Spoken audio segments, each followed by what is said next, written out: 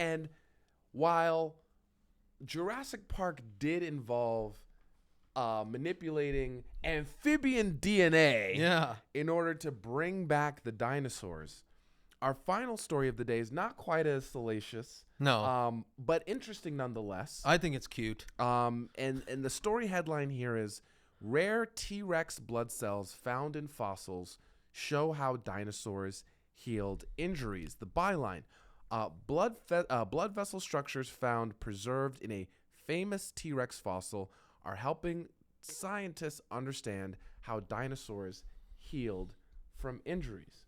So there's no InGen involved. There's no Isla Sorna, Isla Nublar. No. We're not sending mercenaries. There's not even any dinosaur DNA. No dinosaur DNA. This is blood vessels. Yeah. And so help me understand. It looks like this study was published in Scientific Reports from this well-known T-Rex that was unearthed in Saskatchewan, Canada in the 1990s. Yes. I liked this story because I really like dinosaurs. You and me both. One, I really like dinosaurs, and I really like physics, particle physics. And this is a combination of dinosaurs and particle physics. We'll take it. Okay? And I was like, whoa, what? Okay. Let's start with the dinosaur. Yes. Okay. His name is Scotty. He's the largest T-Rex ever found. He was found in Saskatchewan, Canada in the 1990s.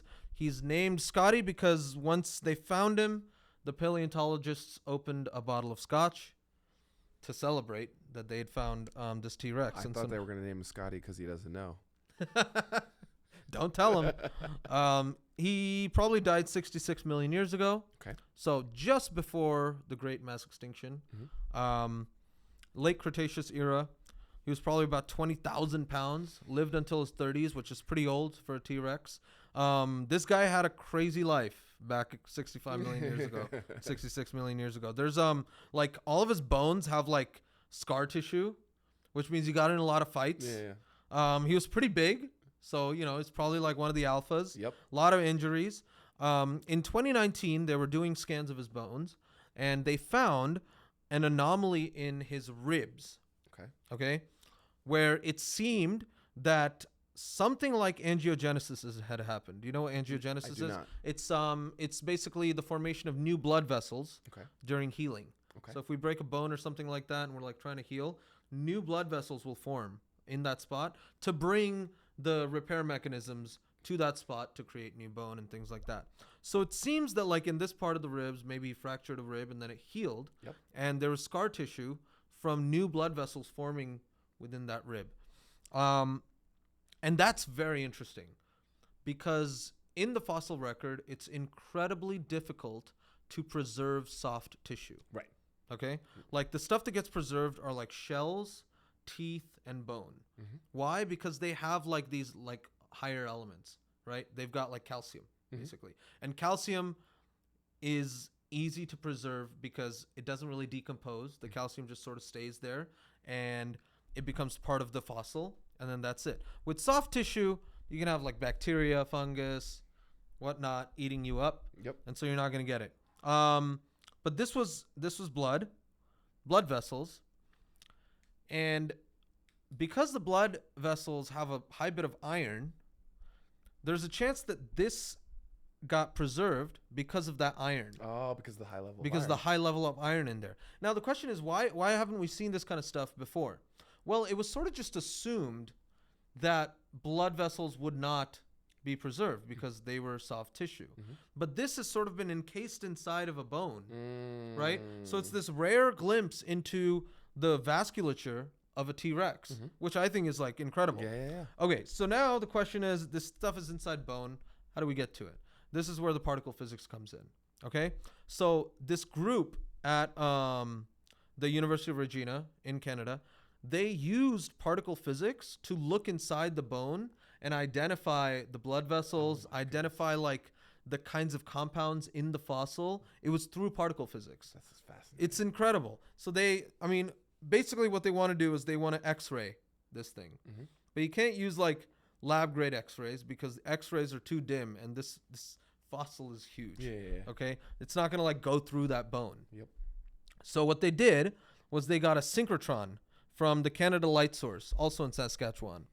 That synchrotron is used for like all sorts of stuff. Like, you know, if you want to send like electronics into space, you want to see that it can handle space weather, like space radiation. So you stick it in there, you blow it up, and then see if the electronics last.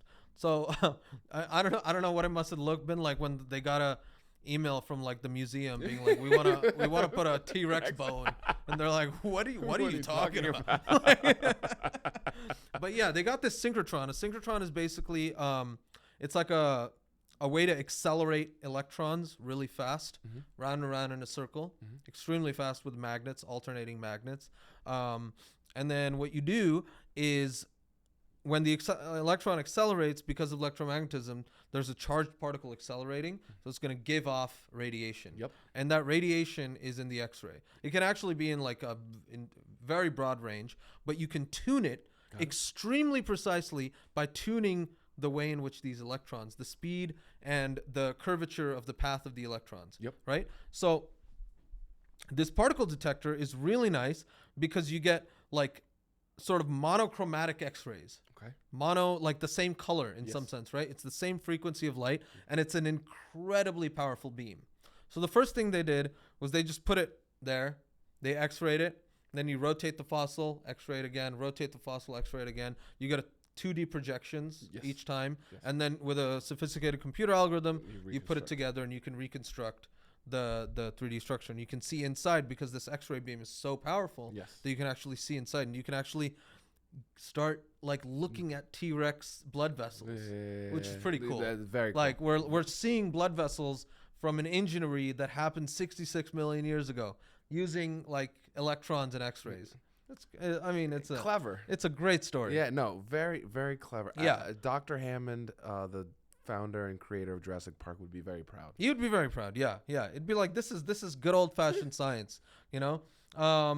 And the other thing that they can do is they can use the X-rays to talk about like X-ray fluorescence and get into like what are the compounds that are in there.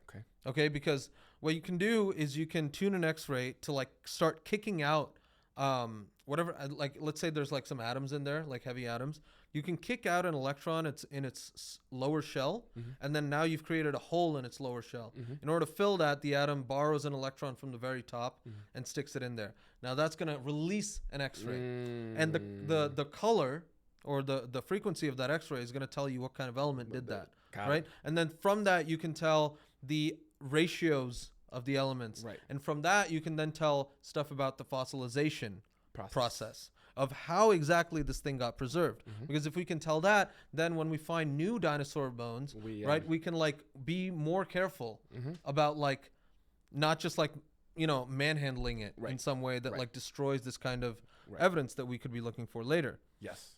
This is so there's almost this bumper cars thing where by shooting the X-rays in, we dislodge an electron, and we use that detection of that dislodged electron to understand the underlying chemical composition that makes up what's in the blood vessels, which I'm assuming is how we understood that it's had high iron. Yeah, and it had a high iron. We also detected calcium. We detected iron and manganese in the blood vessels. Like just really cool stuff, stuff that we could never have done without this marriage of particle physics and paleontology. I was going to say, this is kind of like a crossover episode. Yeah. Because I imagine it's not necessarily super frequent that we are utilizing this methodology. But now it certainly is going to be used a lot more, you know? And so I think it's a really cool story about how we can take techniques that we use for one thing and then in a completely random scenario, you know, discover stuff about dinosaurs. Who said science wasn't creative? Yeah. I thought that was really cool. This is really, I as you know, a huge Jurassic Park fan. The new one with Scarlett Johansson and Mahershala Ali. I haven't watched it. I probably will. I saw it in theaters. Oh, okay. I love Jurassic Park. It was okay. Yeah. It was okay. The family was a little annoying, but I love the original Jurassic Parks. The new ones the original's classic. I think Lost World is underrated. That's the second one, right? Yeah, that's an amazing one. I think that one's underrated, but fascinating story.